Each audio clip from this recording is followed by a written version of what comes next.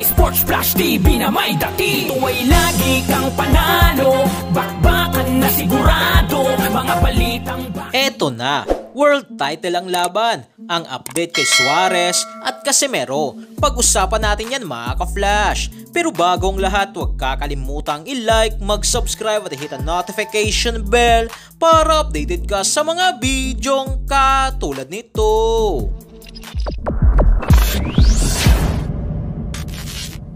So isang magandang balita nga po mga ka-flash para sa ating mga Pinoy boxing fans dahil ang matagal nang hinihintay ni Charlie Suarez na world title fight ay mangyayari na nga po sa May 10 sa San Diego, California, na dito nga po mga ka-flash ang makakalaban ni Suarez para sa world title fight ay walang iba kundi si WBO Super Featherweight World Champion Emmanuel Navarrete. Dito ay may pagkakataon na nga po mga ka-flash si Suarez na maging world champion. Subalit alam naman natin mga ka-flash na talagang isang mahirap na pagsubok ito para sa ating kababayan. Ito nga ay dahil si Navarrete mga ka-flash ang pinaka the best o number 1 sa Super Featherweight Division. May kasalukuyang kartada nga po mga ka-flash si Suarez na 18 wins, walang talo at 10 knockouts. Habang si Navarrete ay may kasalukuyang kartada na 39 wins, may 2 talo na, 1 draw at may 32 knockouts.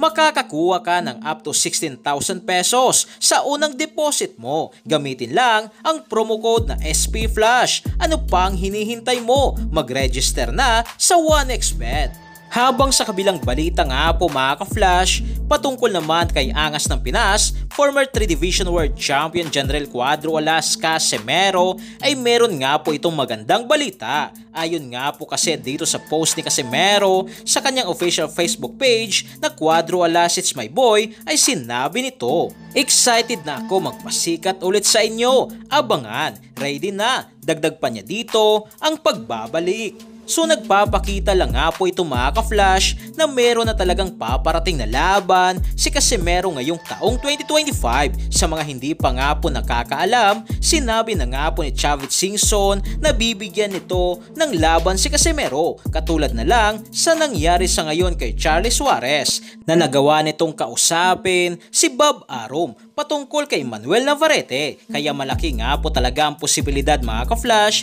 na kinausap na rin ni Chavit Singson si Bob Arum patungkol kay Cuadro Alas Casimero. Kaya antabayanan po natin ito mga ka-flash, ang muling pagbabalik ni Casimero. Na ang tanong na lang dito ng karamihan mga ka-flash is sino kaya ang susunod na makakalaban ni Casimero, na ang pinakamagandang laban nga po dito bago ang laban kay Naoya Inoue ay ang laban versus Morojo Nurmagomedov.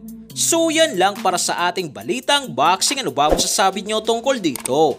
Para sa inyong komento at reaksyon ay komento nyo na sa baba. Hanggang sa muli, ito ang The Sports Flash TV. Sports Flash TV na may dati. Ito ay lagi kang panalo, bakbakan na sigurado, mga balitang boxing. Ito laging bago, balitang boxing, laban na kasado.